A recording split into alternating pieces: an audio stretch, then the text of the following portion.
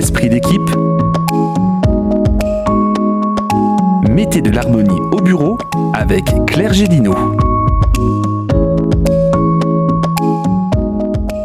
Bonjour à tous et bienvenue dans Esprit d'équipe, c'est votre rendez-vous bimensuel pour explorer les clés d'un environnement professionnel plus épanouissant et efficace. Aujourd'hui, on va aborder un sujet essentiel, mais il faut le dire, parfois délicat, établir des limites saines au travail. Pourquoi est-ce que c'est crucial ? Comment on s'y prend ?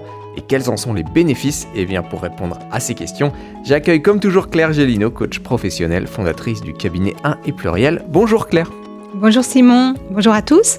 C'est un plaisir de parler de ce sujet car les limites saines sont la clé d'un équilibre entre vie professionnelle et personnelle, mais aussi d'un environnement de travail respectueux.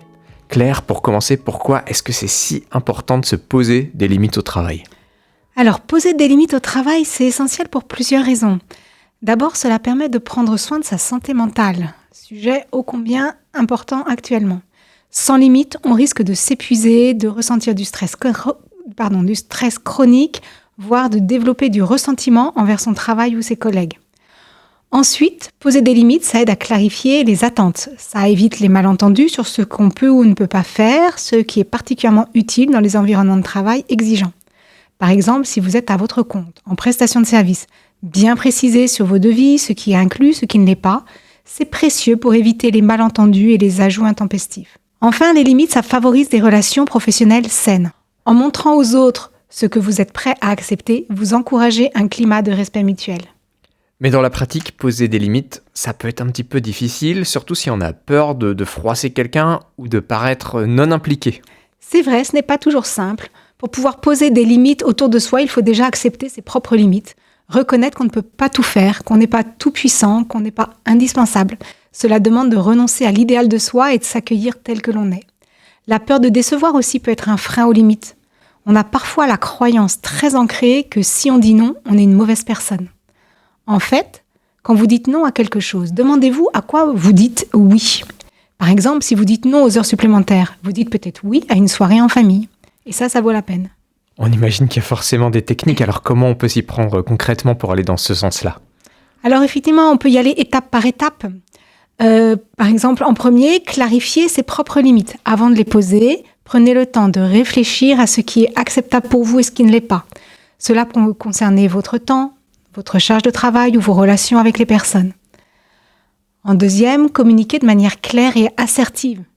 Une fois que vous êtes au clair, expliquez vos limites calmement, sans agressivité, ni excuse, ni justification.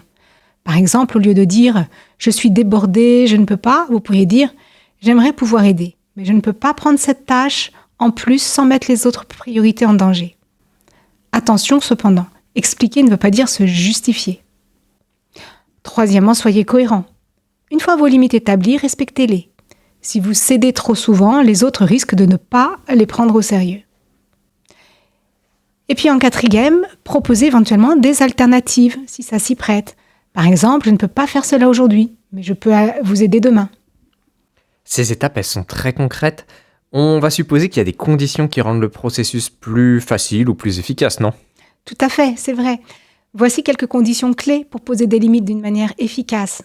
D'abord, la connaissance de soi. Plus vous êtes conscient de vos besoins, de vos priorités, de vos valeurs, plus il sera facile de fixer des limites alignées avec qui vous êtes. Ensuite, le climat de confiance. Si vous travaillez dans une équipe avec un manager qui valorise le respect et la communication ouverte, cela rend la démarche plus simple. Dans le cas contraire, il faudra peut-être être plus prudent ou stratégique dans votre manière de poser vos limites. Ensuite, l'assertivité. S'affirmer sans agressivité est une compétence clé. C'est la capacité de dire ce que vous ressentez et ce dont vous avez besoin, tout en respectant les autres. Et enfin, le respect des limites des autres. C'est un échange. Plus vous respectez les limites des autres, plus il sera facile pour eux de respecter les vôtres. Et pour ceux qui hésitent encore, qui se posent des questions, quels sont les principaux avantages à poser des limites ?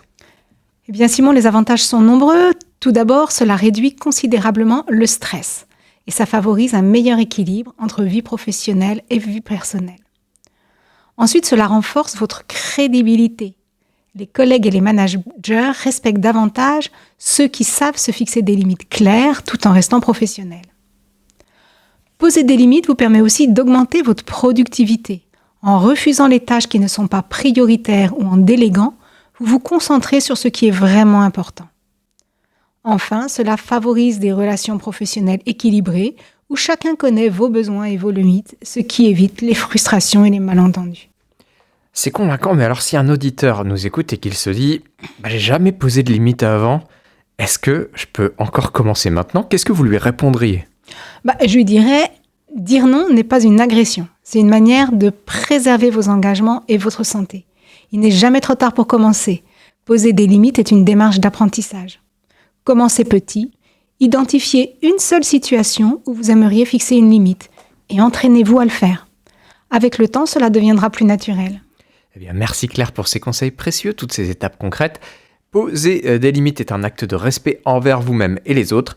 Alors pourquoi ne pas essayer dès aujourd'hui ? En tout cas, nous, on se retrouve très bientôt pour un nouvel épisode d'Esprit d'équipe. On se retrouvera dans 15 jours pour aborder la reconnaissance au travail. Tout un programme. Bonne quinzaine à tous. Merci Simon, bonne journée à tous et à dans 15 jours.